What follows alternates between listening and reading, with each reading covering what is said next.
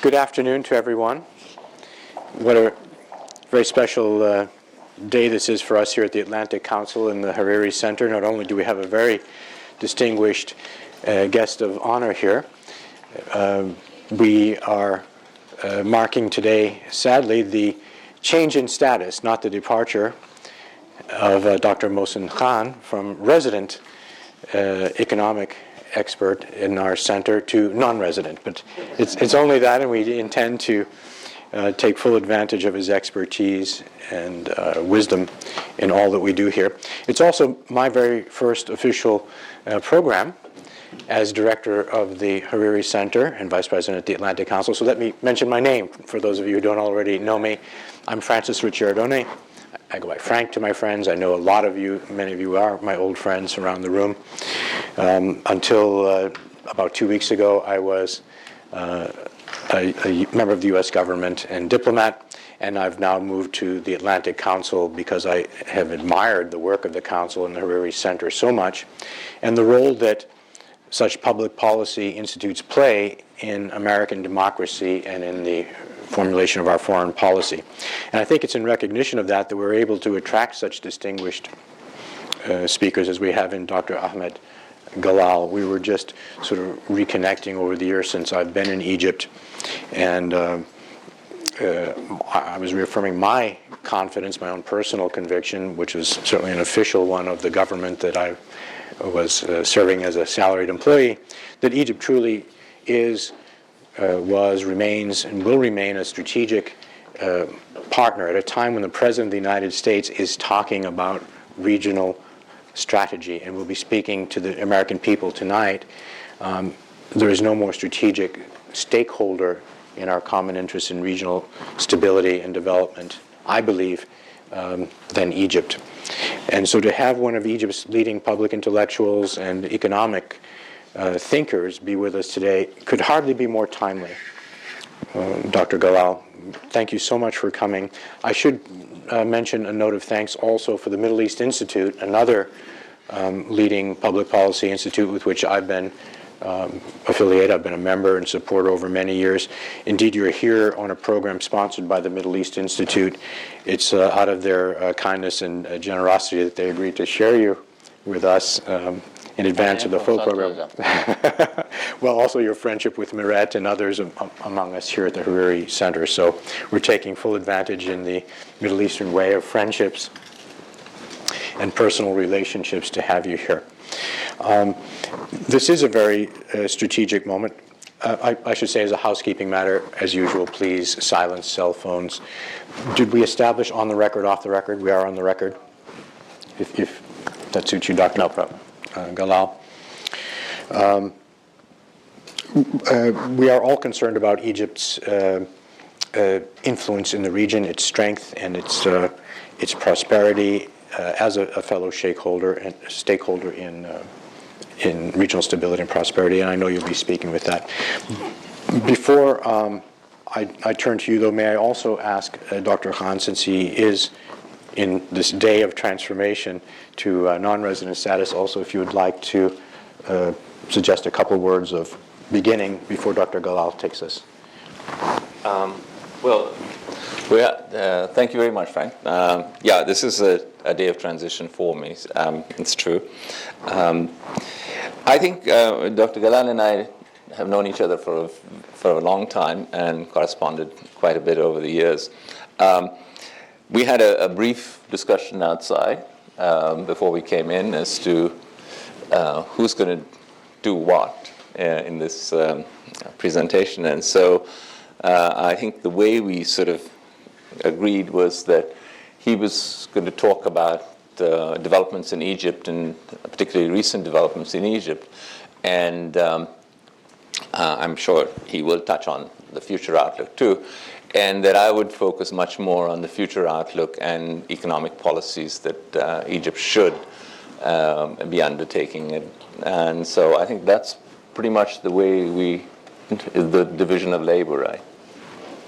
Dr. Galal, just to reaffirm what I told you before we came in, we have among us today many distinguished practitioners from within the U.S. government, from the ecosystem of public policy in the United States, advocacy groups, congressional staff, all keenly interested in what you'll have to say about lessons learned from your experience as a not only minister in the interim government most recently, but in your many years of service to your country as one of the leading economists of Egypt, an advocate for free market economies, all the best world practices, business standards, encouraging trade and investment.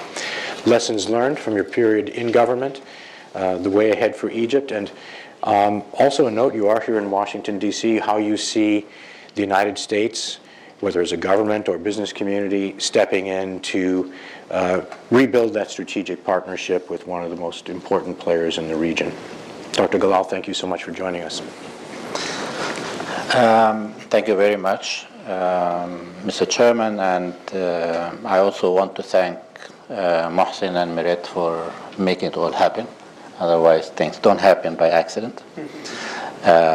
Since we already talked outside extensively, I'm not really sure I have much to say. I feel like I'm going to be repeating myself. So I hope you bear with me a little bit. Now, let me get to the topic directly. The title of this event is called Tackling Egypt's Dilemma.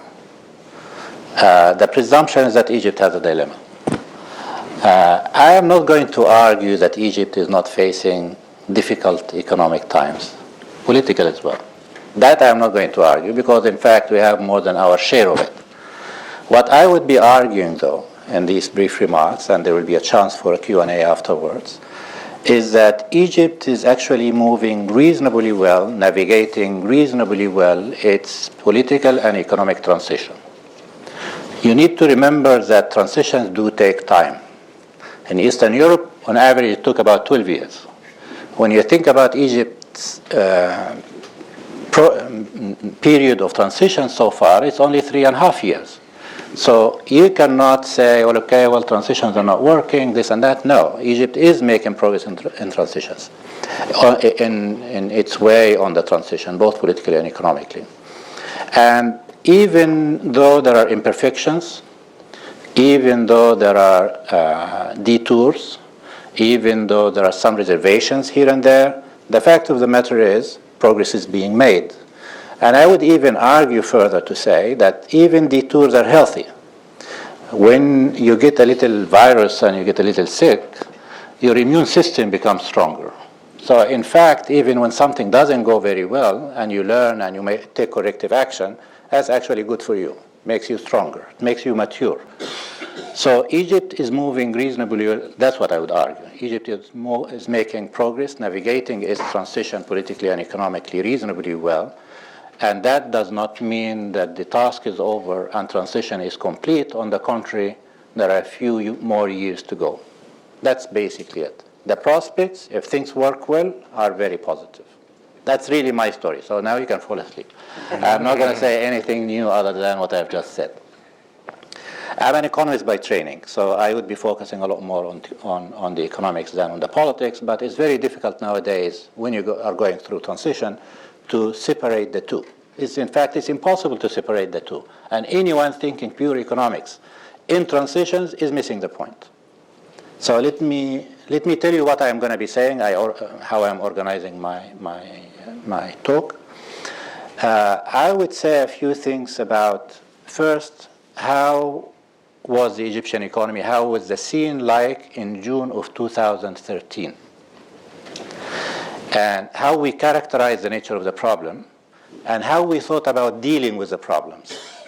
I am talking now from the experience of being in the interim government of Hazem Biblawi for about 8 months.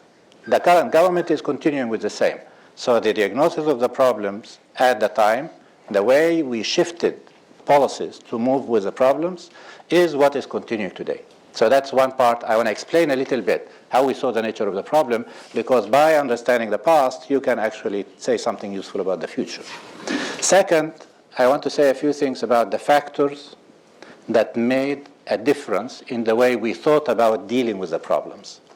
Because it's not always true that all you need when you have a problem with your door is to get a good carpenter, because there is the rest of the house. Even if you get a good carpenter, he will fix your door, but the rest of the house will be on fire or something else, or the plumbing will be flooding the place or something. So I'll tell you a little bit about some of the factors that were really critical in shaping the way we did adopt certain reforms and not others, if you like, and the timing, and whom we partnered with and whom we did not. And then finally, I'll make a few quick remarks on the prospects in the future. Starting with the first point I want to cover. As an economist, I've been a student of Egypt for quite some time. I was with the World Bank, saw a lot of countries. I run an institute that covers the Arab countries, Iran and Turkey, and Egypt is my hometown, it was my country, so I care about it a little more. And at old age, I can say that. I can reveal my biases. I used to say, no, I'm a humanitarian, I care about everybody equally the same. Not true. Ask yourself about how you feel about your children. You cannot say my child is the same as the child of my neighbor. That's not true, even when you don't admit it. We know it's not true. Anyway, the problem with Egypt is the following. The regime until 2011 actually did reasonably well on the economic growth agenda, on encouraging investment, on bringing about relatively high economic growth. And in fact, that was celebrated by a lot of people, including this town we are in. What was missing in a glaring way was the issue of poverty and inequality. Certainly, higher economic growth was reducing poverty to some degree. But inequality, and if you don't know much about Thomas Piketty, you should read the book. It's called Capital in the 21st Century. And asset inequality is what it is about. And asset inequality, just drive in Cairo. Going from the airport to downtown, you will see the tale of two cities.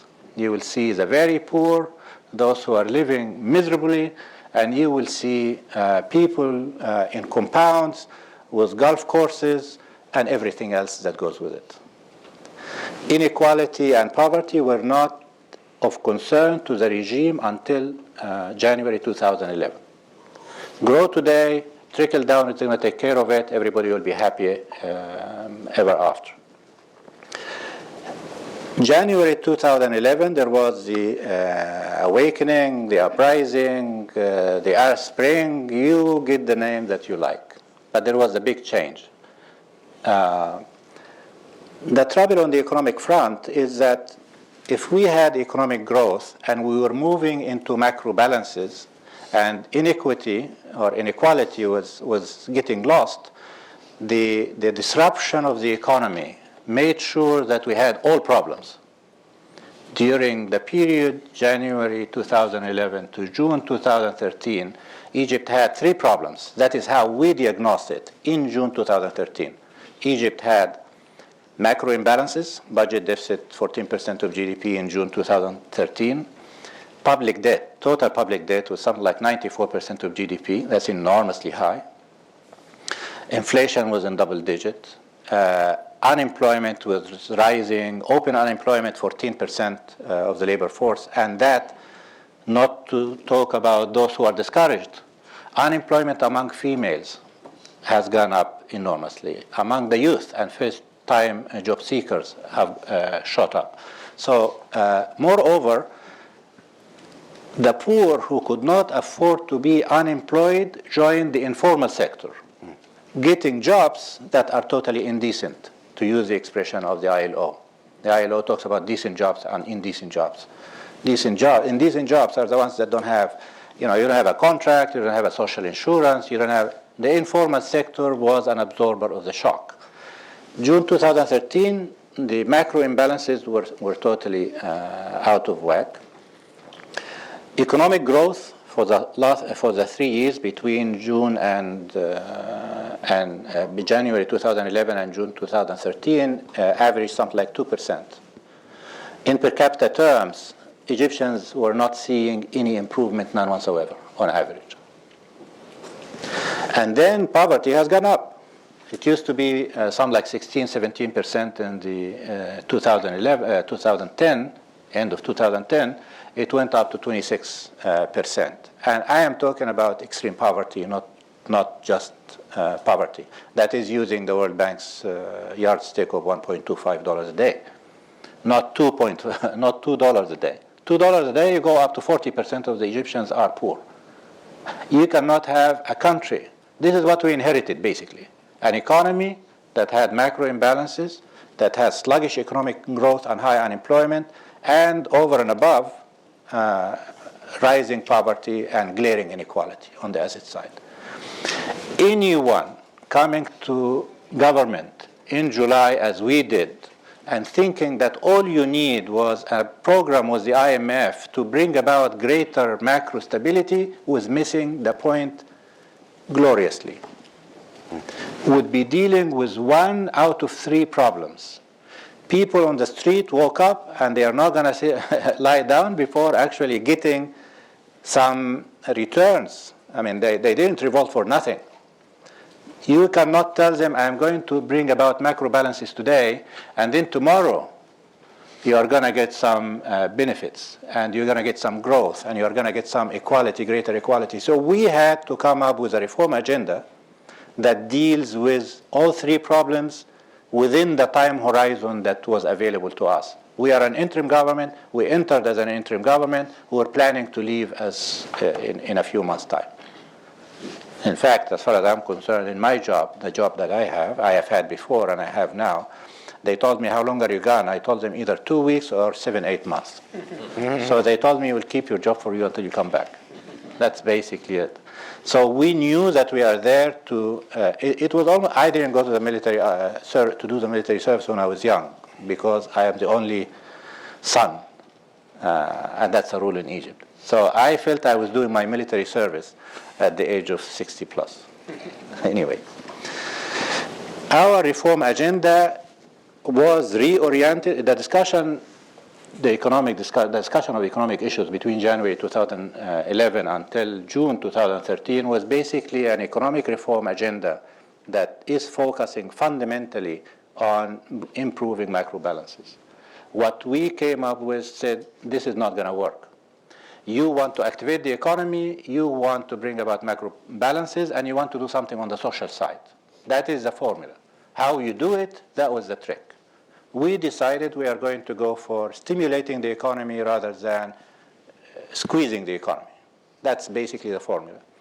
In the process, we wanted to worry about economic growth down the world, so we thought that investment or stimulus would have to go to public investment in infrastructure rather than into current expenditure. 2/3 of the 2 stimulus packages that we came up with, which about 3% of GDP, that's a very large stimulus package in two waves.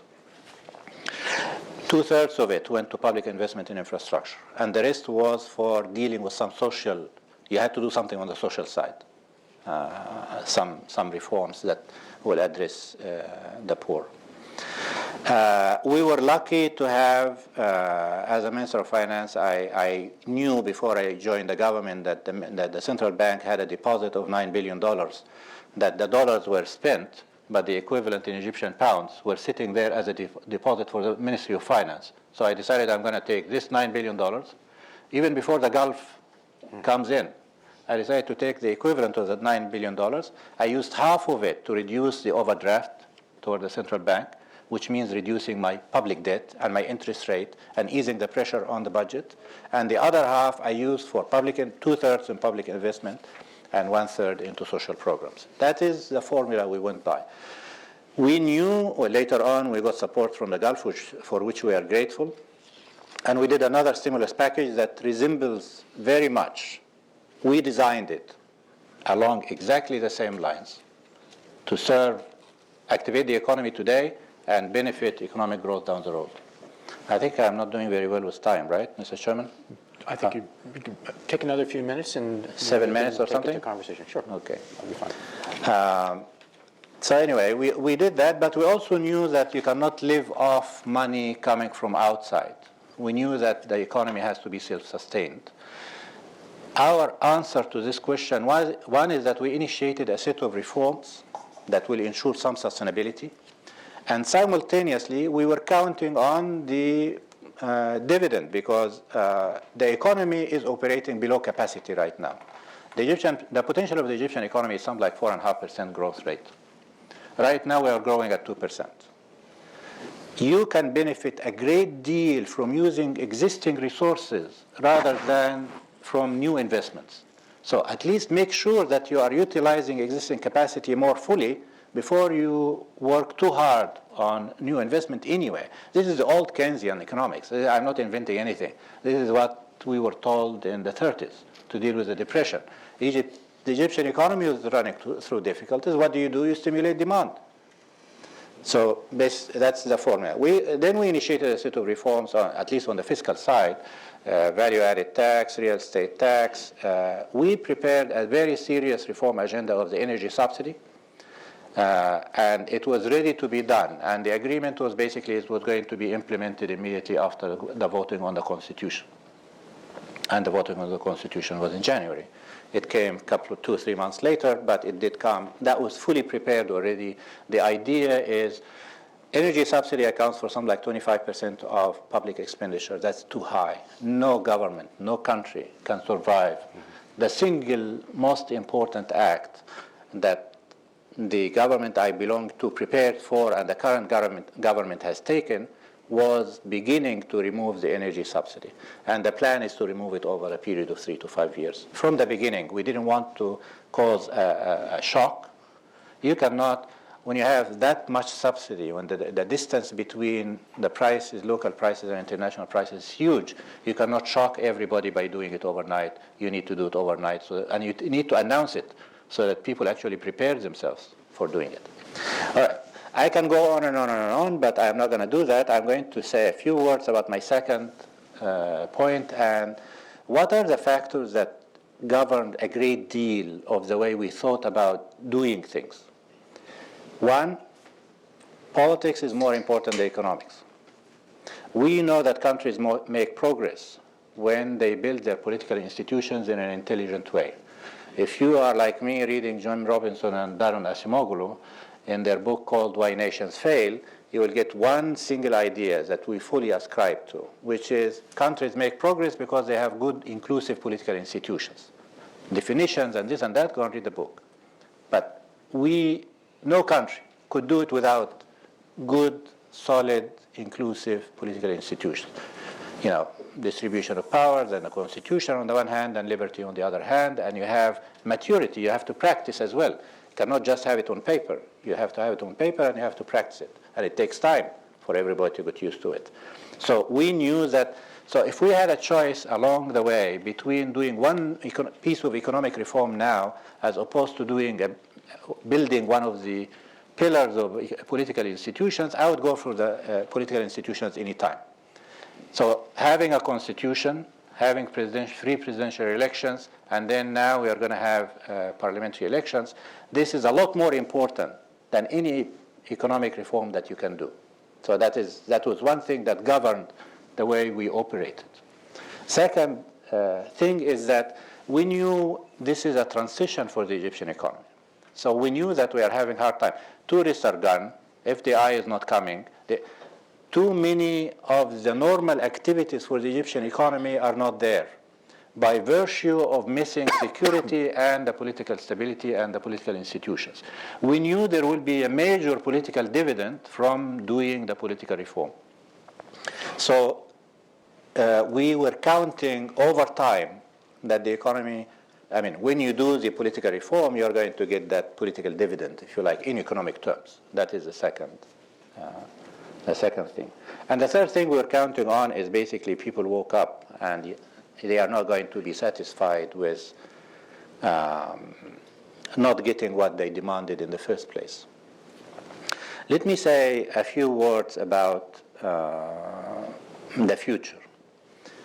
Knowing that transitions take time, knowing that we are moving in the direction of building political institutions, the economic reforms that are being adopted and more reforms to be done, this is a recipe for Egypt having the army as a solid political institution, solid power and unified, and really,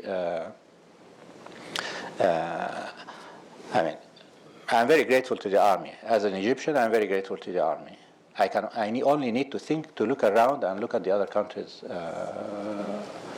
where the army didn't play the nationalistic role, if you like. Nothing is perfect in life. You know that. I know that. However, if I have a choice, I would go for what I have rather than any of what I observe in countries around me. But in any case, Egyptians are building economic institutions. The transition is actually moving forward. I think of the mega project of the Suez Canal right now as a continuation of the stimulus arrangements. And this is a project that's an extension of an existing successful project. It's likely to succeed. I'm not as confident, if you like, about some of the other mega projects, but this one I feel quite comfortable with. Interestingly enough, over 3 days, Egyptians subscribed something like 20 billion pounds, divided by 7, that's like $3 billion or something. Egyptians who are poor, anyway. My view is that Egypt is on track to become a solid, stable country with political institutions. It's going to be a model. It's just not going to be easy. It's going to take time, and it's not going to be easy. The only reason, as I said before, that makes me comfortable is that the Egyptians are not going to accept less than that. Thank you. That was a brilliant overview of the situation, Dr. Galal. Thank you so much. I'd be delighted to open to questions. I might pose one myself, if I may, at the outset, and that is, if you accept, as not all Egyptians do, but I think most in Washington do, that outsiders are not going to drive events in Egypt. But if you also believe that friends of Egypt, whether in the Gulf or in the United States, believe they may be able to help influence things and at least want to do no harm and would like to help if we can, how do you see the United States as a government, business sector, private sector, or for that matter, the Euro-Atlantic community that the Atlantic Council focuses on? How do you see us, if possible, helping and supporting the course of economic reform in the course ahead? Well, let me make a few remarks. The first one is what is happening in Egypt is fundamentally endogenous. It is some Egyptians are not happy with what other Egyptians are doing, and this is an internal fight, if you like, about identity, about who we are, about how we want to live, so this is fundamentally. Now, having said that, I don't mean to say outsiders don't matter. It is going to be largely determined by how the Egyptians sort it out among themselves. However, outsiders certainly can help a great deal, or can make life difficult as well. Mm-hmm. I hope they will be helpful. Now, in which way they will be helpful? I think by, one, understanding the nature of the transition in Egypt and what the Egyptians really want to do and how they want to do it, and not apply the Swiss standards to Egypt right now when they are going through transitions. I mean, transitions are murky, are trouble, are imperfect, are dubious, they have too many problems. And for anyone to think that, one thing Egypt is not doing that makes the regime and the country and this and that fall on the wrong side of whatever, I think that's really not sizing up the situation the way it is. In transitions, good things happen, bad things happen. So understanding is the second thing that the outsiders can do. Third thing is being supportive, supportive of things that Egyptians want. Egyptians want a new country that's democratic, that's open, that's prosperous, that's a source of stability in the region for itself and for the countries around it. If the outside world, the West in particular, takes that view and takes that yardstick, then several things can be done. On the economic front, for instance, I'm talking about the U.S., there was some time ago, there was this idea of, well, there is a link of the army, and that I would leave aside. But on the economic front, there is the question of aid. Well, what about trade? The U.S. has negotiated free trade agreements with Morocco and Jordan. It was a shallow FTA, it was not a deep FTA. The economic calculations that was done by some researchers on Morocco, for instance, said something like it was not in the benefit of Morocco because there is too much trade diversion. Morocco trades the most with the EU. When you do a free trade agreement, the US makes a free trade agreement with Morocco. We are causing too much trade diversion that outweighs the benefits of trade creation, and it's not good for Morocco. But guess what? The US signed a free trade agreement with Morocco, not with Egypt. So the NAFTA is a very good example. But is it the right time to do an FTA with Egypt right now? Well, I'm not really sure. Egypt is busy building the house, and the FTA would be having a window in the house. I want to have the pillars of the house first. So maybe it's not the right time. But there are many ways. Understanding is one, supporting the course that will lead to democratization and prosperity in Egypt and making Egypt a source of, a source of stability. And third, using all other instruments, economic instruments, trade, investment, access in general. I think that's all I have to say about it. That's super. Thank you. But I recall my friends in the AmCham Egypt were staunch supporters of the idea of a free trade agreement. We'll see if that concept and notion comes back into the Egyptian-American dialogue as we head. I wrote 2 books on Egypt-U.S. free trade agreement, our economic relations, and one of them was called Building Bridges, and I thought that an FTA at the time, that's already more than 10 years ago, it was essentially creating a forum where it's good for the U.S. and good for Egypt, and the details are there. And then I wrote another one. Actually, the first one was Bob Lawrence from Harvard, and the second one also was Bob Lawrence. And essentially, it's called anchoring reform. And the idea there basically was FTA. The usefulness of it was not only in giving access, trade access to the U.S. market, as much as anchoring the reform so that no government can reverse them. That's the idea. And we argued that in the case of Mexico, anchoring reform encouraged the Japanese to invest in Mexico so that they can export to the U.S. So the benefits were indirect. They were not just opening for trade and getting some goods coming to the U.S. It was a lot more than that. It was deeper than that. It's beyond that. Dr. Galal, your mentioning of that, I'm certain will be taken seriously here in Washington precisely at this moment when we are looking hard at reformulating a strategy for dealing with the entire region and supporting economic reform. As you say, anchoring reforms, not only economic reforms, but democratic reforms. I really like that idea that a series of free trade agreements, serious ones, at the right time, under the right circumstances, could help support the reformers, whether for democratic reform or economic reform. You said that I support free markets. I support disciplined free markets. I support economic growth with equity. I don't support just the private sector. That's not. I don't belong to that group.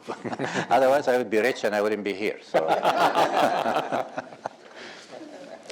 Please let me invite questions. No, but Mohsen. And Mohsen, I'm sorry. You haven't given Mohsen a chance. I have not. I started at the outset. That's all right. I mean, people are really here to hear you, Ahmed, today. Me, they can hear any time. Anyway, let me just go on from the period that Ahmed Galal talked about, which was the period of the government was basically there till March of this year. Essentially. And so what is the situation that President Sisi, when he was elected, found himself in? What is the economic situation? Well, the plan that the Bevlavi government, of which you were part of, was a good one, but it hadn't shown any results, any significant results at that point. So growth was still running at 2%, which is the one you mentioned. Inflation was at close to double digits at that time. Unemployment was still at about 13%. Official unemployment was about 13%. In fact, youth unemployment at that time was around 35%. Okay, the international reserves of the central bank held at the central bank were stable, but they were stable largely as a result of two things. One, the Gulf money coming in, and the deposits put in the central bank by the Gulf Arab countries. So here's the situation you found. So the situation still looked dire.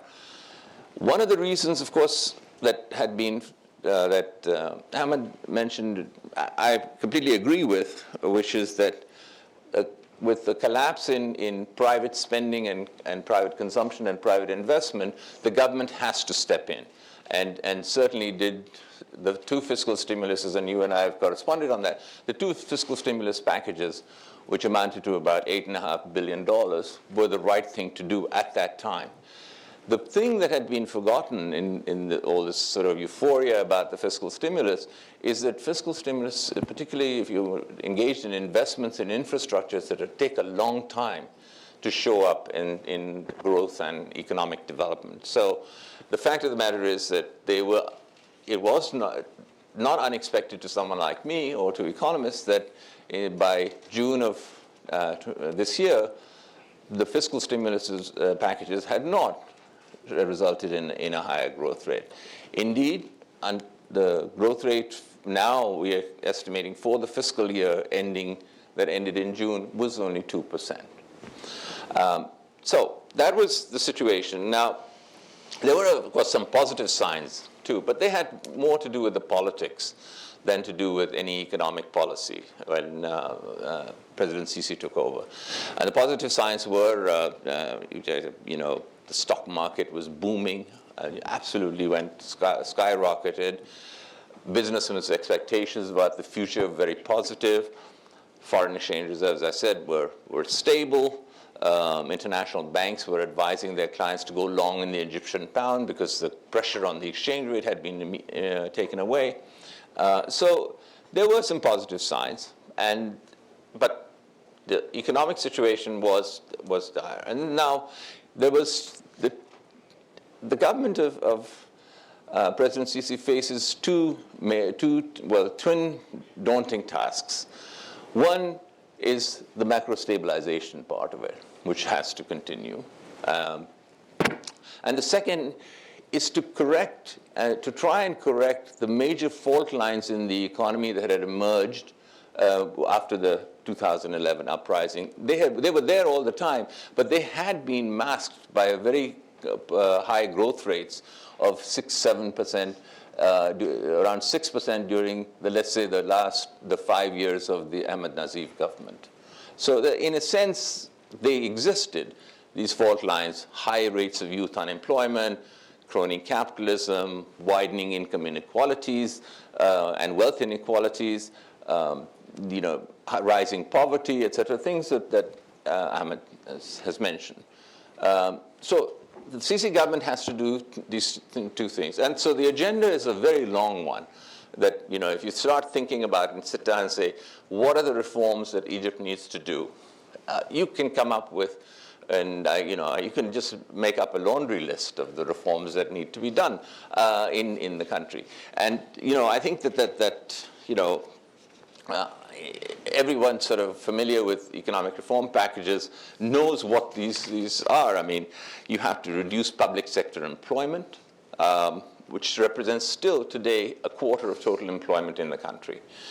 You have to streamline business and investment regulations to encourage domestic and foreign investments, revising bankruptcy procedures, improving labor market flexibility, advancing the privatization process where the state-owned state-owned companies, etc., are a drain on the budget, promoting SMEs, which are the greatest job creators in the country, SMEs have been really constrained by two things. One, regulations in establishment, and two, access to financing to expand. And then, of course, developing roads and infrastructure and continuing on that path of the corridor and the Suez Canal, et cetera. All these are reforms that one can think of, long list of them. But I would argue that there are three important challenges that should be dealt with immediately in the country. And I think that is, my view is that the three immediate problems to tackle are, first of all, energy.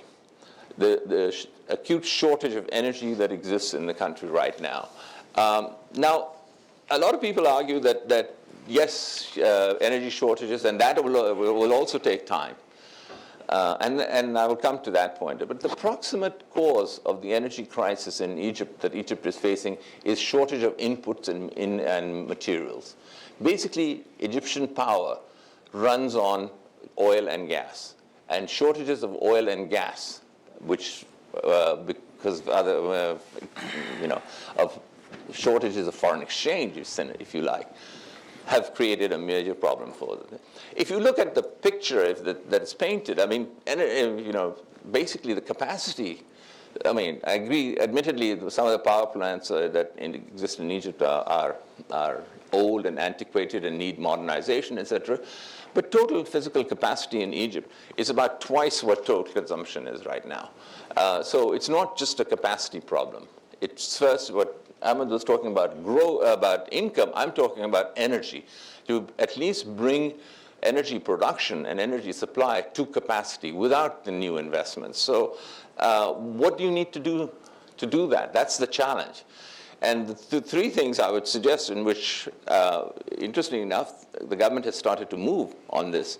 First of all, you have to eliminate the arrears to international oil and gas companies, which amount to close to $6 billion. This is a large sum of money, and that's why one of the reasons there is a shortage of gas and oil, and certainly gas and oil exploration in the country. And so you have to do that. Now, the government has moved and said that they were going to settle something close to $1.5 to $2 billion of this, and the rest is going to be negotiated with the oil companies. Fine. So there's a start on that. The second is that they have to raise electricity tariffs for households and industry to a level that at least covers the costs of production of electricity in the country. And here again, the government has announced the new government has announced that they plan to do this over a 5-year period, so that electricity tariffs over the next 5 years will double, and that will cover the costs of production. So it's going to be a slow, gradual increase. And third is to obtain oil and gas from the friendly Gulf Arab countries on either a grant basis or a deferred payment basis. That, too, there's some positive news if you believe the press reports that the UAE has now said that they will supply a year's worth of petroleum needs for Egypt, which is about $9 billion for over the next year. We'll have to see whether that's in fact true, because this is just newspapers talking. So that's the first challenge, energy supply. The second is stabilizing public finances, not just short-term public finances, but to stabilize finances, put the debt that Ahmed was talking about, which is now over 90% of GDP, on a downward path, and to get the fiscal deficit, which is now on around 12% or 14%, now in this new budget of It came down to 10%. Yeah, In June, as I said, I will do. And he has got to, no, but Hani, okay, we can argue, yes, you were right. But the fact of the matter is that the budget that went to President Sisi from Hani Demien had 12%. And then there came back from the president saying it should be 10%. So anyway. The president took the decision to deal with energy subsidy, and I think that's the most important decision on the economic front that has been taken. I think that's right. I completely agree with you, because what I would say is you stabilize, what do you need to do to stabilize the public finances? One is, you change you have tax reforms like the VAT, property taxes, things that you mentioned, taxes on high-income earners, and there is a now supplementary 5% tax for the next 3 years on people earning more than 250,000 Egyptian pounds. But the main thing has been the problem of subsidies in Egypt. And that subsidies in Egypt eat up 10% of GDP and a quarter of the government's budget. Actually, or if you add social benefits in there, it's a third of the government's budget goes into subsidies. But Mohsin, they moved on that already. I know, So I'm what going do to you say that. want? I'm going to say, no, but that's exactly what I'm saying. I'm just outlining the challenges, the policies, and then saying, what did they do? And I think what I'm saying is that on taxes, they did these tax reforms on high-income earners. And on subsidies, they moved on subsidies, which was, I think, a very bold, I've written a piece on this saying this is a very bold move to move on subsidies, to make a start, something that has been what I would call the third rail of Egyptian politics since Anwar Sadat. Nobody has been willing to touch subsidies. And here you had a government that has actually now started to, that did something very positive in raising gasoline prices. Basically trying to, there's still a ways to go. Gasoline, for example, 92-octane gasoline, still costs, $1.50 a gallon in Cairo, and it costs close to $4 here. So there's still a way to go, but it was in my mind, it was a very important move. And so the third challenge, of course, is to attract external financing. And here, on a more sustained basis than it was the $12 billion that came in from the Gulf gave Egypt breathing space, but they need more external finance. They've got a financing gap of between 16 and 20 billion a year, looking out. You have to generate external financing. It's not likely that tourism is going to come back very soon.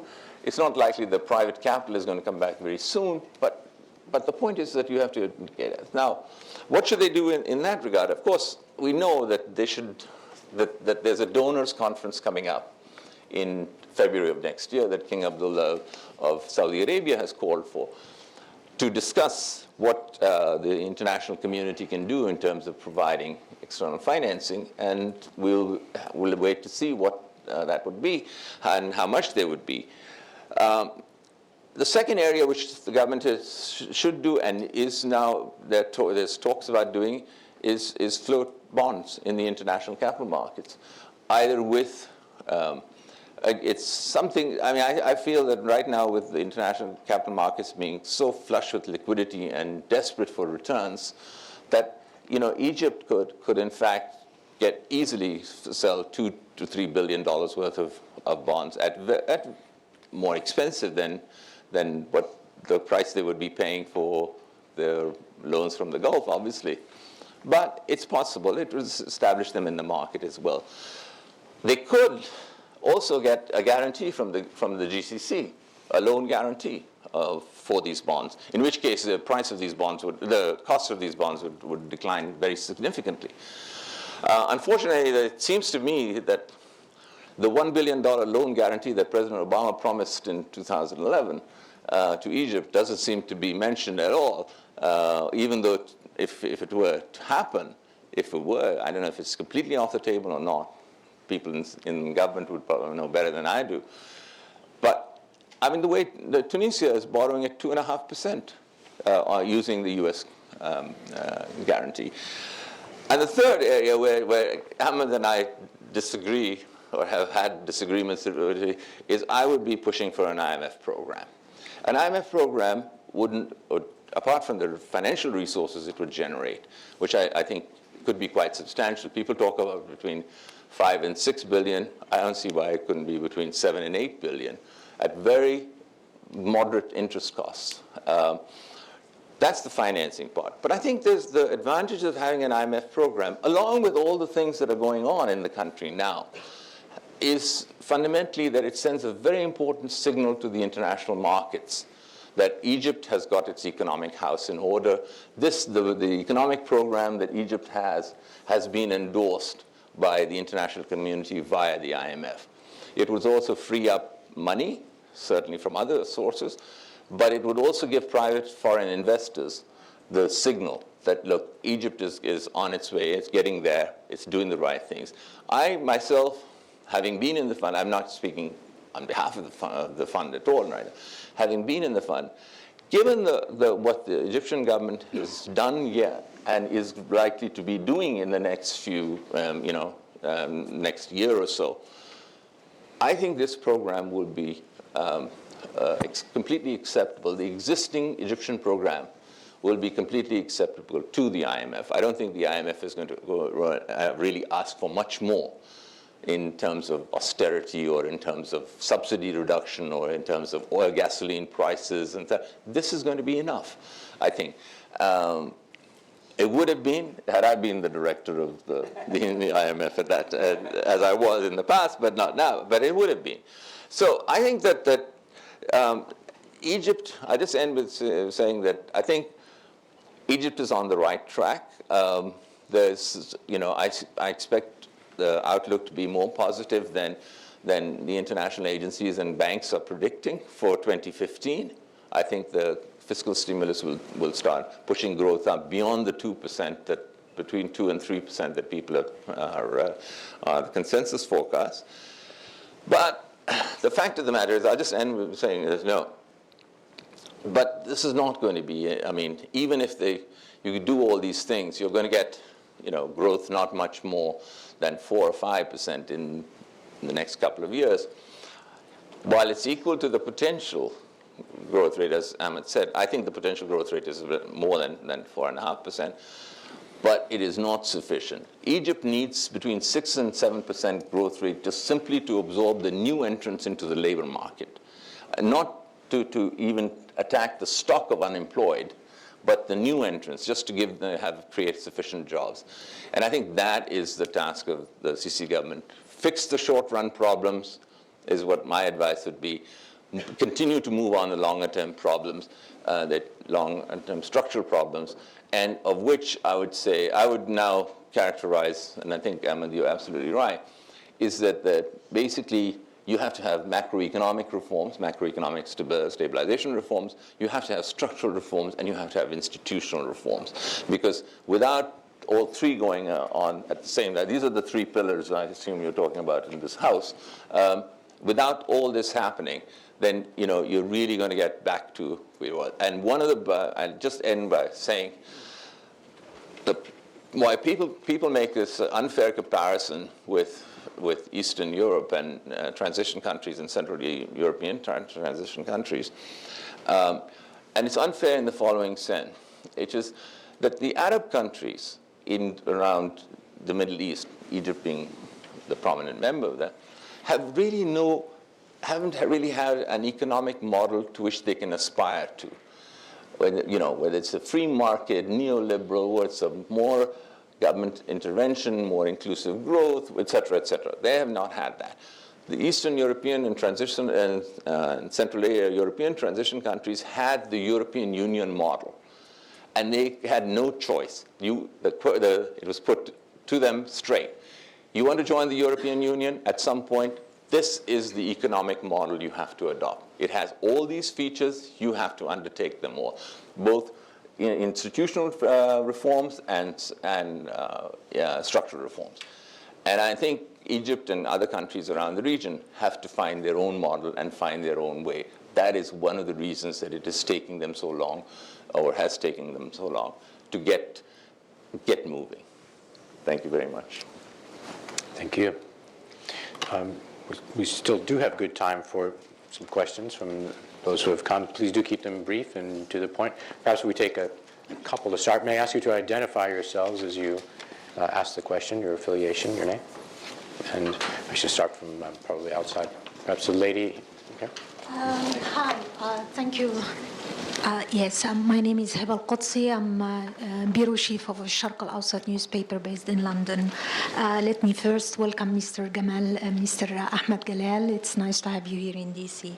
I have two questions. First, in light of the donor conference that will be held in February 2015, will it have a negative impact to emphasize the importance of the political stability in Egypt? Will it have the donor conference? Oh, the donor conference. Yeah. Okay. Will it have a negative impact if you don't have an elected parliament by that time, holding a donor conference while not having a parliament?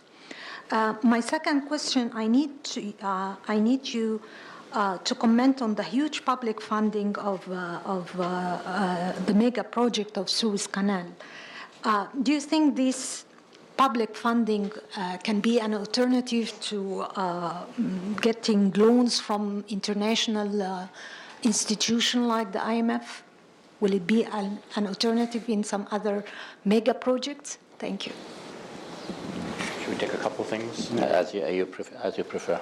Why don't we do that, then we'll get a sense of the ones. I need to confess that I don't know all the faces around the room, and I'm concerned not to give too much of a monopoly to our own in-house family, the Atlantic Council. So I'd ask that we put others first among our guests and then go to Atlantic Council members. So, sir? Thank you so much. I have two very quick questions to Name Mr. and Ahmed. affiliation, please. My name is Mohammed. The first one is about your initial... Mohammed, do you have a family name as well? Mohammed Al-Gohari, yes. An affiliation? Sorry? With Freedom House. Uh-huh.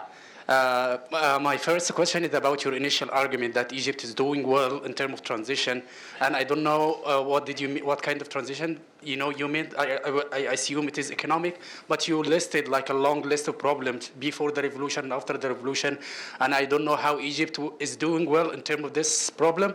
The second one is about the Suez Canal project, and you said it's a mega project. Egypt is going to benefit from it, and I'm not going to argue against this. But my question is about how we do not, there is a lack of transparency around this. General Sisi, after his quote unquote slide election, he has been announced his project. We didn't know anything about economic feasibility studies. We don't know if the economic of the international trade will increase over the coming years. So Egypt will need another Suez Canal so we can have this all ships go through, and then we'll benefit from it. Thank you. Okay, perhaps one more, and then we'll go to this group of questions. And we've done this side, center, and maybe the extreme on this side. Who's the farthest to the left here? Sir. My name is Glenn Griffin. I'm with the State Department. And I'm going to follow up on the transition themes. Thank you. Glenn Griffin with the State Department, following up on transition, specifically economic transition. Because, Dr. Galal, you mentioned you're beginning this transition. It's going to take 5 years or so. What is a transition to? What's the objective? What's the goal of this? And Mr. Khan, Dr. Khan mentioned there isn't a model for the Arab. There's not a model for the Middle East. And so what is this going to look like? And will there still be high subsidies? Will there still be the Egyptian government being the sole purchaser and seller of fuel, or almost the sole purchaser and seller of fuel? Will there still be the government building and providing housing, or will there be a different look to the economy in 5 or 6 years? Thank you. Thank you for keeping these questions indeed to the economic field as we wanted. So if you'd like to respond, Dr. Galal. Yeah, sure. I mean, these are all very good questions indeed. The HEBA and the donor conference and the link with the parliamentary elections. As an Egyptian, I see that holding the parliamentary elections on time is the right thing. Sticking to the political roadmap is important.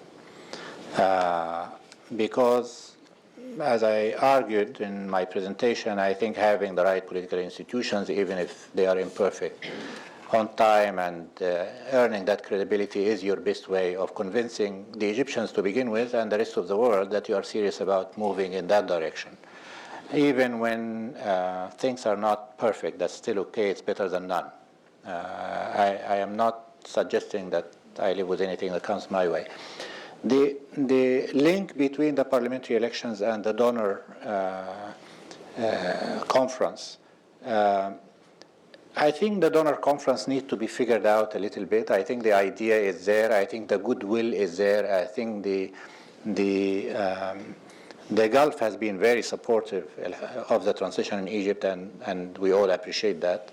But bringing in international institutions and some, the U.S. and Europeans, I think it's a good thing. It will be an opportunity where the Egyptian government would present what they think, at least present the roadmap on the economic front, and others to react to that. And every time you talk to other people about your own business, you learn something, and hopefully that will have a positive impact.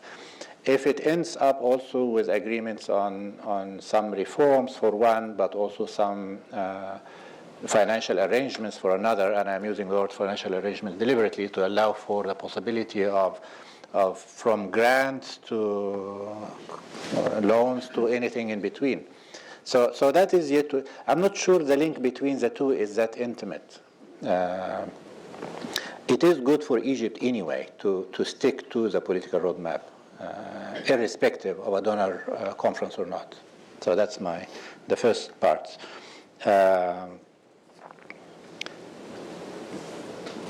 I mean, whether the Suez Canal is relative to a substitute for an IMF program. No, not really. They have nothing to do with one another. Let me tell you two things, and that will answer also the other question about the Suez Canal anyway. The IMF program is, I'm not totally against the IMF program. It's a question of asking yourself, what does a country need at a given point in time, and whether the IMF is the right instrument or not, or part of the solution or part of the problem. Sometimes if someone sees you going to the doctor, they think you are sick, even though you are not that sick, right? So it benefits you, it gives you some anchoring, but at the same time it might also, I actually believe, let me make that statement, I am completely convinced that if the Egyptian government took the phasing out of the subsidy reform when a discussion is taking place with the IMF, I don't know whether the reforms would have stayed as reforms. It is not about convincing the outside world, forgetting your people. You need to worry in doing any reform. You cannot just think about convincing and earning credibility and convincing foreign investors and so on and so forth, forgetting that you do have a constituency at home and you do need to respond to them.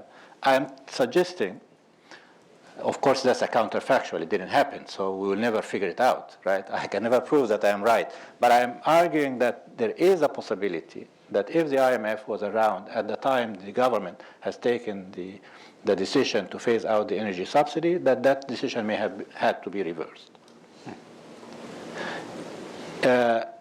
Anyway, let me leave it to that. So I am not against the IMF as such. Let me add one more thing. You go to the IMF because you either need finance or you need credibility, or you need both. If you can find a financing arrangement that's softer, better, then you don't need that. Second, if you can earn credibility the hard way, you work for it, not get someone to give it to you. That's even better.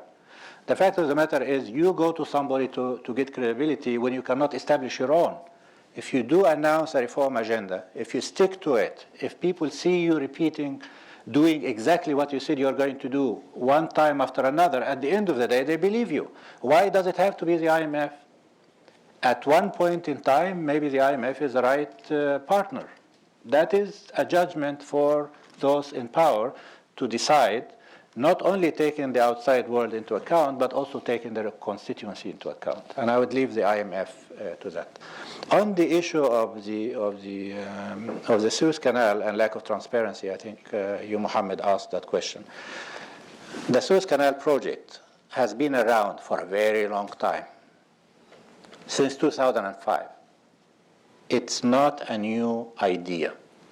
What is new? It has been, I remember listening to Hassan Badrawi making a full presentation. He belonged to the National Democratic Party of the Mubarak regime, talking about it more than 10 years ago. Then I heard President Morsi's people talking about it as well. And then I heard now the current government talking about it. So the Suez Canal project has been there for a long period of time. It is very difficult to do a cost-benefit analysis, a narrow cost-benefit analysis of the Suez Canal project, for a very simple reason. When you are producing cement, You know the price of the cement in the market. You know how much it's going to cost you in raw material and energy and this and that, and you know how much money you are going to make. The difficulty, not the trouble, the difficulty with the Suez Canal project is that there is the digging of the canal, but the more equally importantly, there are all sorts of potential for investors, private investors, not government investors, that will get into logistics of all kinds, providing all sorts of services, a wide range of services, fuel. I mean, I don't want to get into it, but there is a lot of room for a lot of projects that will find their way. And it is very difficult to calculate all the benefits. The most you can do is probably calculate the immediate benefits from extending the Suez Canal and estimate, given the international trade and projections and this and that, how many ships are likely to go through it and how much that is going to generate in terms of funding. The government, in a transparent way, I should say, did advertise to get international consulting firms to do the study and to do the estimation and do all the stuff. And there has been an open competition, and there has been a selection of one, and it has been announced, and the rules were known. And so I'm not really sure where is the lack of transparency. So it's an old project. It is handled, in my view, in a relatively transparent way. Difficult to calculate the costs and benefits of it because it is not one narrow project. It's multiple projects in one, and there are direct benefits and indirect benefits. And if you ask my intuition about it, not my knowledge, intimate knowledge of it, I would say this is likely to be one of the most successful endeavors, unlike Tushka, for instance, or unlike some of these projects. Why? Because you do have the Suez Canal, that is an existing project, that's an existing capacity, that's generating revenue, that is, you are just capitalizing on an existing successful project. That's very different from starting a new project from scratch. So that's my intuition. I bought some shares in the Suez Canal. And it's a nice return too. It's a nice return as well. And by the way, it's reducing the pressure on the pound. That 12% Because there is interest rate. de-dollarization. Egyptians are switching from dollar deposits into shares into the Suez Canal. The model. I wrote a paper in May of 2011. It's called Egypt post-January 25. And that was for the purpose of something at the time it was called the National Dialogue, headed by a former prime minister, in which I was arguing what model is good for Egypt, even that early on. And I was basically saying that Egypt, Mohsen is right, Egypt was not fully communist or socialist, and therefore the only place they can go is here, right? They cannot go over there.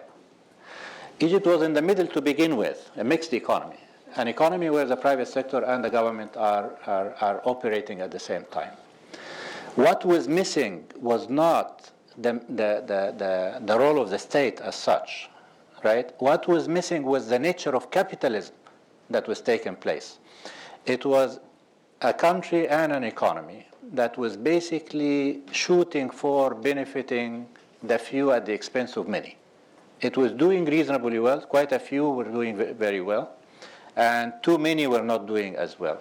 And I think you need a formula where you need to strike the balance once again between the role of the state and the role of the private sector, such that both of them are operating more efficiently, more for the benefit of the public at large. So it's a mixed economy. Think about Chile or Brazil, or maybe Chile more than Brazil. But I hope no one from Brazil here, because Brazil has one of the highest level of inequality in the world. That's not the regime that Egypt would want to have. Chile is doing much better. In fact, I remember having a discussion with the government that was going to take over after Pinochet, and I asked them, what would you change from General Pinochet has done in Chile? Nothing on the market economy, nothing on the private sector. Everything would stay the same. The only thing that they were going to bring in was bringing in the social agenda. They're going to worry more about education, more about health, more about social safety net, more about access of the poor, equality of opportunity type of ideas. What Egypt needs is economic growth with private sector that's dynamic, that's productive, that's contributing, and at the same time a government that's relatively efficient, providing social services and making sure that the poor are having access. That is the model. It's what I said then, it's what I practiced in government, it is what I think, I actually think this is not because someone thinks that's the right model. I think Egyptians are not going to accept anything different. When the guys went to Tahrir Square and all other squares, they had three slogans: freedom, justice, bread, freedom, justice, and social justice. Social justice was a key idea. I don't think it's going to go away. Any regime that doesn't worry about both the rich and the poor is not going to survive. Excellent. Wilson, did you have any further things to add? I think we have time for maybe one or two more that we can get in. And I'm sorry you've had your hand up.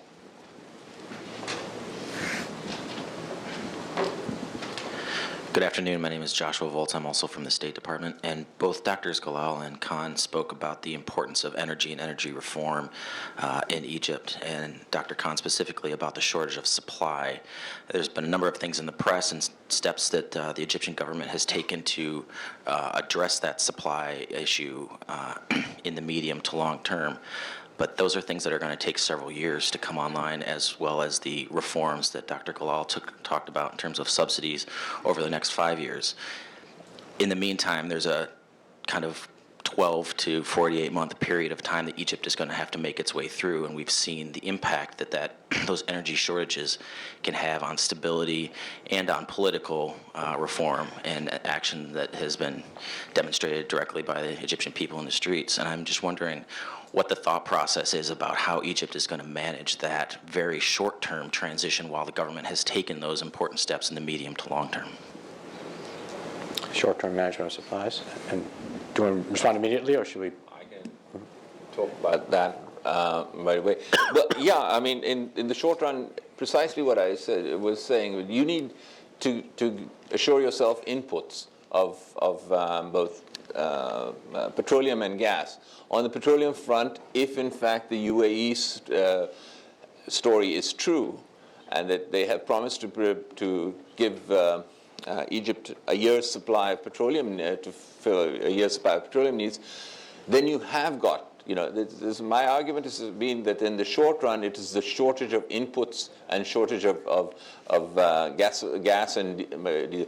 Egypt, by the way, despite the Aswan Dam, etc., is primarily reliant on oil and gas for its power plants. So, I mean, if you look at the picture overall, Egypt has capacity to supply 27,000 megawatts of electricity. It's supplying 13,000 right now. And one of the reasons that it's only supplying only half its capacity is because of the shortage of input. So I think it's right that in the short run, that's what I would argue, that you assure yourself a supply of input so that you can produce electricity. Okay. So you've had your hand up also. But the gentleman with the red tie. There's a lot of people with the red tie in this room. Exactly right. My name is Magid Said. I work at the Egyptian Embassy in the Economic and Commercial section. My question is also relevant to energy and to Minister Galal. Before I'm no longer a minister.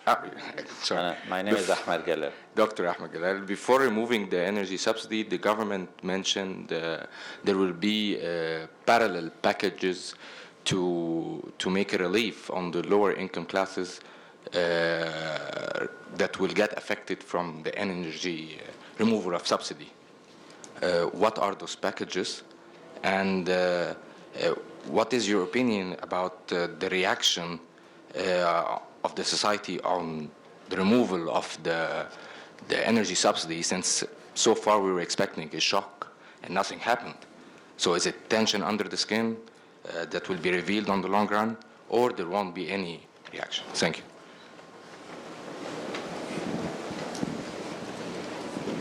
I think we should take some Should we take a questions couple more? and, We can do that, and then that will give us 5 minutes to wrap up. Please, madam.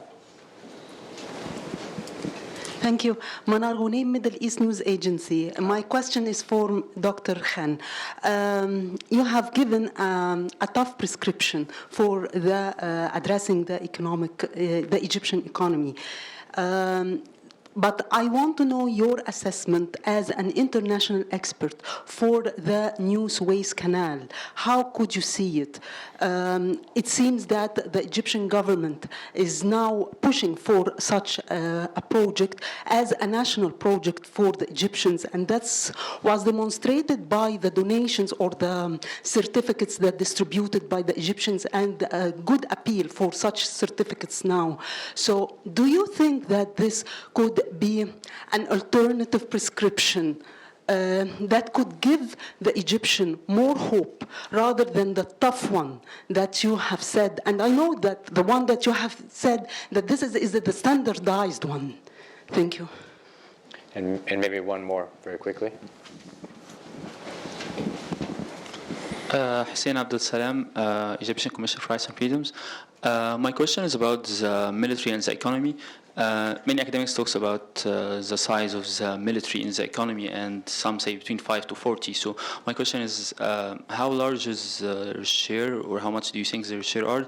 And how can the economy function with such a privilege and a huge machine working that's undercutting, underbuying, underselling other private investors?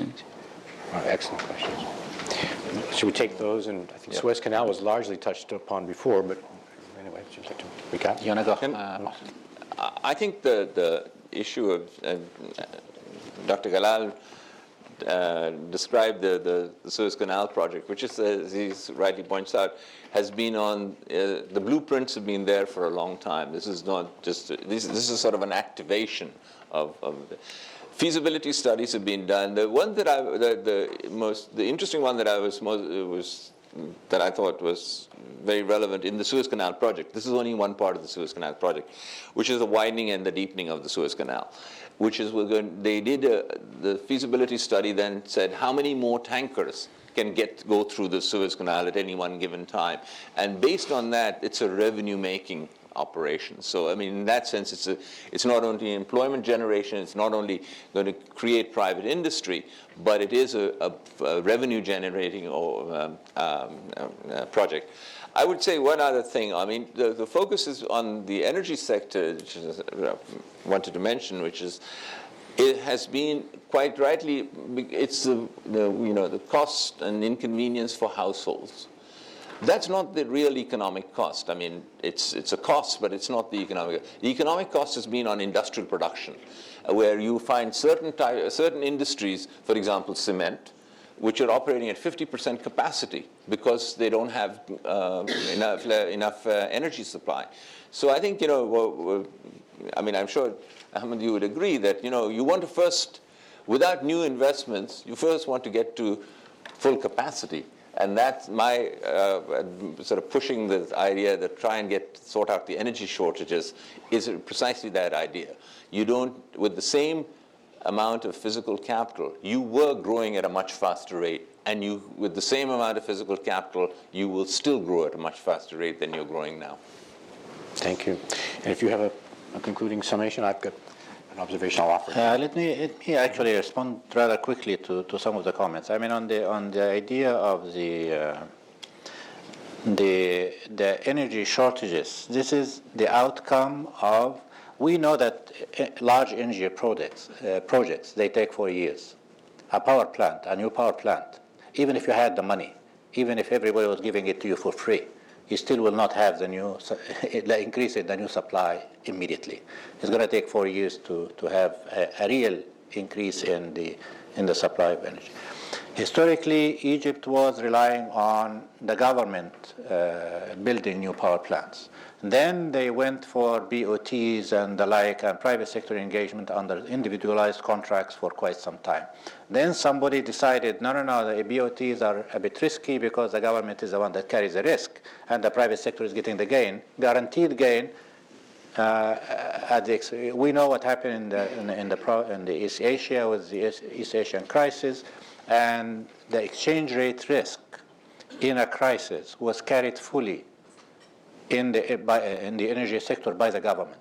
So the government decided they are not investing public money, they are not getting the private sector, and what is happening today is a function of what was decided a few years ago. Not the last 3 years, well before that. Now, the real solution to the problem is also going to take time to increase the supply. Now, the government strategy right now is a combination of different things. One is securing the inputs to make sure that you are utilizing your existing resources fully. Two, doing some better work on maintenance and making sure that your current plants are functioning well. And three, they are looking for alternative energy generating arrangements, solar or something, things that you can do quickly and relatively cheaply, and they are not the big magnitudes. They are not going to solve the problem. And of course, they are looking for rationalizing consumption. And that is really an important dimension. I mean, this is a complement to what you are saying, Mohsen. Rationalizing consumption through what? Pricing is always the best way of rationalizing anything, right? So there has been a movement already on the prices of electricity. There has already been movement on the energy prices. I think that combination is the best that can be done, and I think it's being done. So that is just a quick thing. Let me say about the energy related to the same thing, the idea that the government increased the prices of energy, but then how did they protect the poor? Well, if you look at what happened to the poor, you'll find a lot of programs, at a long list of things. Pensioners received an increase, minimum wages were increased, free, I mean, there is a long laundry list of activities that have been done in the social agenda that we can talk about in more detail at one point. So in fact, these were done ahead of the phasing out of the energy subsidy, because people needed to see the benefits before they see the cost. Let me say one more thing about the Suez Canal. It's a comment that I've been making in Egypt now, actually, and it's really an important one in my book, because I care about the country anyway, in government or outside government. I've always been. Development cannot be achieved by mega projects. Development nor can it be only achieved by policies. It takes both. It takes worrying about, sometimes there are mega projects, there is something called capital market failure. Lumpy projects do not have someone who is willing to fund them, and governments have to intervene. That's a lesson we know from Economics 101. Markets don't always solve all your problems. In developing countries, markets do fail in so many ways, in the capital market as much as in anything else. So what I have been advocating is we need, in pursuing reform, the development agenda further, we need to combine these mega projects when they are justified and reasoned, along with doing the right policies, because you need a lot more than a mega project to do.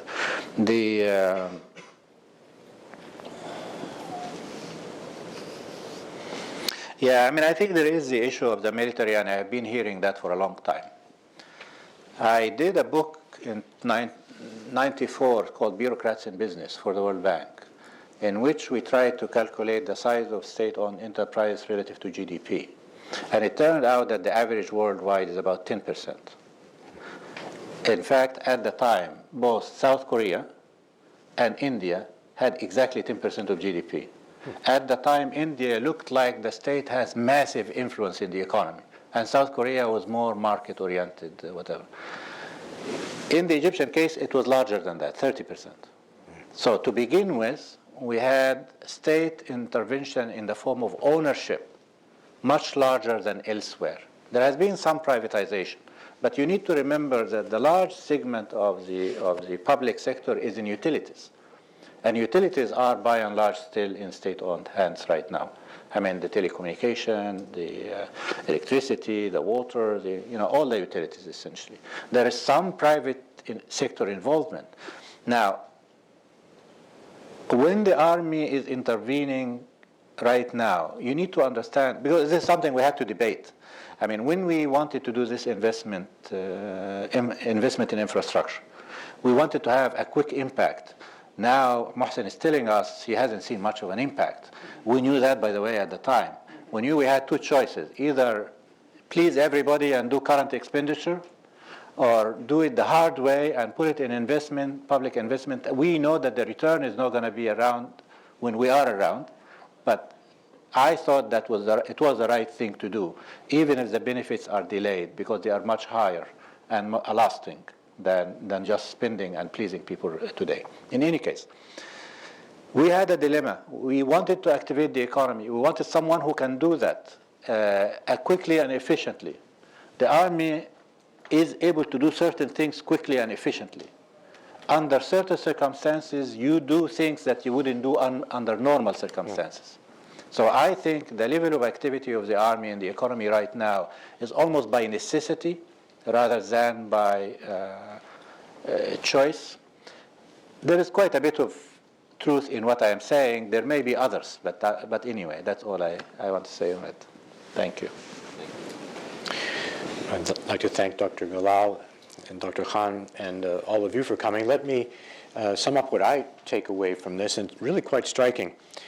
First is a message I heard both of you use precisely the same terms, which is counterintuitive in Washington. And that is that Egypt is on the right track in terms of its economic prospects.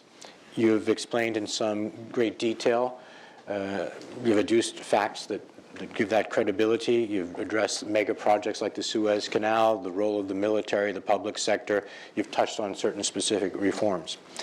Beyond those descriptions and facts, something else I think gives great credibility to the contention you've just given, and that is you didn't come here to a group of Washington participants in the policy process to tell the United States of America and the outside world what we must do to fix Egypt's problems.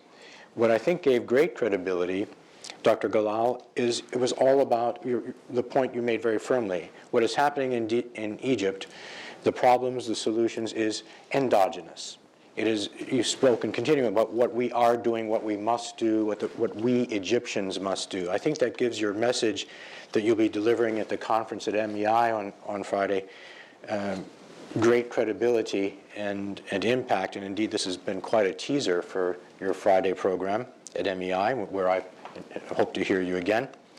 And a third point also struck me, and I think this could have some impact too. As the United States is looking for a regional strategy, not only has this topic reintroduced the economic component, which I find fundamental also to the political and security strategy, but you've put in a very specific component, and as the concept, which is maybe perhaps overused, but I believe valid nonetheless, and that's the idea of trade in the place of aid. Again, you're not coming here with a tin cup saying give us more aid or condition the aid or something about the aid. Your focus is on building trade, investment, inflows. And I hadn't heard the term free trade agreement mentioned in Washington with respect to Egypt or any of the countries in the region for a very long time, since we were working on it so hard in Egypt in the past. So that idea of a free trade agreement, not that you're pushing it at this particular moment, that it may have new life or a second life as part of a strategy by the Friends of Egypt to support the reforms that you are carrying out from within, I think is a very interesting thing for us to think about on the outside. So thank you so much for giving us of your time today, Dr. Galal. Mohsen, thank you so much for not only sharing your thinking with us, but agreeing to stay on at the Hariri Center. I can tell you as the director coming in, I'm relieved to hear that you're staying on, if only as a non-resident. We intend to make good use of you in that way. Thanks to you both. Thanks all for coming. Would you join me in thanking our guests? Thank you.